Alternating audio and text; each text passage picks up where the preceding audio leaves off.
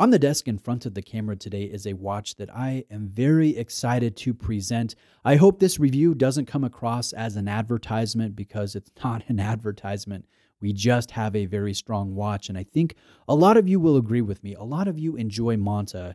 They're a brand that makes you feel like you're getting more than what you spent for that watch. Now, this one retails at $2,435, so I would consider that not an affordable watch. It's entry-level luxury pricing, but I think you're getting a luxury-level watch when it comes to the fit, the finish, the details, the bracelet, the clasp, the quick adjust, the tactile feel, the movement.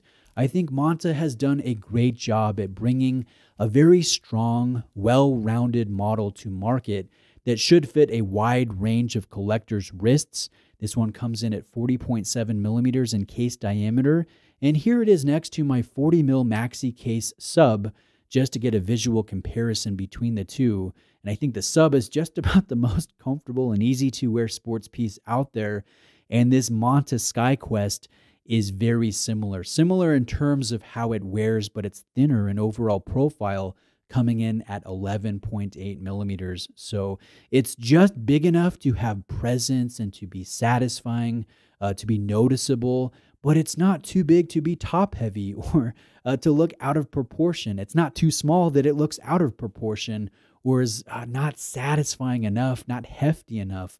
So it really strikes that sweet spot that I look for in a sports piece. This one will have 300 meters of water resistance with a signed thread down style crown. There will be crown guards, and I love this bracelet. This bracelet has full articulating links, screw pin connectors connecting the links together, and a milled clasp, an original design with a quick adjust system that allows you to adjust the travel on the fly without the need of a tool. So you simply pull down on the ceramic ball bearing detent here, and you can adjust the travel of the bracelet.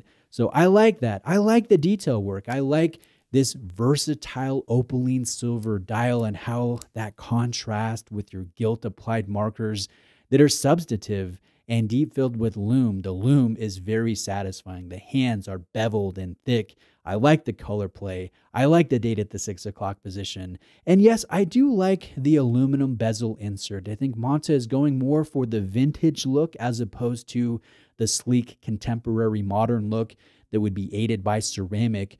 But this color, it's a deeper, darker, more subtle color. It's not bright. It's not in your face. It's more subdued. And I think that ties in perfectly with the gilt indexing found in the bezel. Let me give you a sense of the tactile feel. I'll put it right up next to my microphone. It's a fairly quiet bezel, but there is no backplay. The positions are crisp. I think this is a very satisfying bezel to operate. Same with the thread down crown and the movement that Monta calls the M23 caliber, which essentially is a Solita variation of the 2893-2, which is a thin caliber designed originally by Etta, and it's well regarded. Parts are easy to find. The finish here is attractive. It's not top level. It's not Elabor. There are no blued screws, purling, and Geneva striping outside of the tasteful finishing found here on this custom rotor, but it's a good movement choice. And at the price of $2,435, I feel that it is appropriate. Now, one could argue that at $2,435 on a relatively young brand, horologically speaking, I think the first Skyquest came out in 2018. One could argue that Monta needs to do a little bit more for the retail price that they charge. Maybe give us those blued screws and purling and and whatnot found throughout the movement and certify it a chronometer. One could argue for ceramics. One could argue for a number of different things, but I think sometimes we expect unrealistic things as watch collectors. As hard it is, for me to say that as a collector myself, I think for $2,435, that is certainly not a price to sneeze at. It's a significant amount of money for a lot of watch collectors, but I think Monta gives you more than that. I think considering the strengths of this all around, I think that's a very well-rounded price. And I look at competitors. I look at, Christopher Ward. I look at Oris. I look at Longines. I look at Zen. I look at other brands, and I think Monta can hang with the best of them. Again, I don't want this to sound like an advertisement, but this is a very strong watch, a very satisfying watch that I've enjoyed borrowing and reviewing here on my channel. Now, let me talk about one thing related to the price as we wrap up the video. I think there are collectors out there that will look at the price and they will go, you know what, that's just a little bit too much for me to spend on a Monta, on a brand that I consider a micro brand. And to them, I say, I understand you. I don't agree with you, but I definitely understand you. I think personally, Monta, they have gone past the micro brand, certification. I think they are an independent brand now. I think they're a great brand. They started off strong, and they have only improved upon their product catalog over the years. And I think they are going to be around for years and years to come, unlike some other micro brands that I think might be flash in the pan type of brands. I think Monta is here to stay.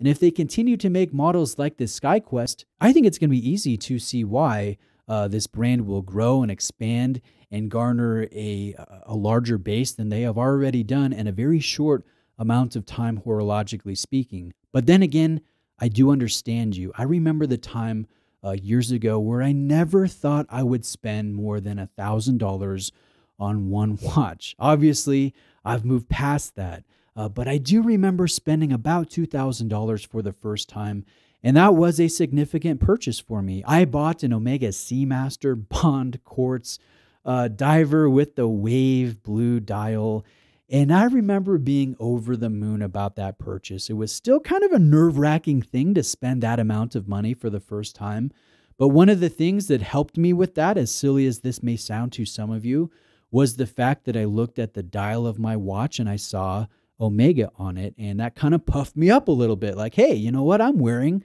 an Omega. And I think the brand name recognition and cachet can't be overstated for the first-time collector or the young collector that's never spent $1,000, $2,000, or $3,000 on one watch. Eventually, if you're in this game long enough, you will cross those price thresholds, and you will have a lot of fun in doing so. So I recognize for the first time, Monta may not be for you. You might want to go with a used Tudor or Breitling or used Grand Seiko or some other brand that you might feel like you get more value with. But speaking for myself as a collector, I really see the value here in this Monta. I think if I'm going to spend around $2,000, $2,435 in this instance for a 175 unit limited edition, I definitely see where the value is in this, and I think it is a strong watch. I think it will sell out very quickly. And again, Monta is going in a great direction, and I, for one, I'm excited to see where they go. I want to support brands like this that make watches the right way.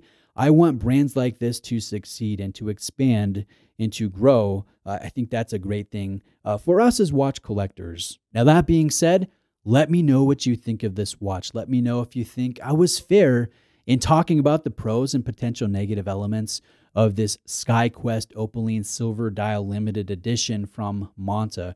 Reach out with questions. Links will be in the description of the video. Thank you again for watching. Have a great day, and I'll see you next time.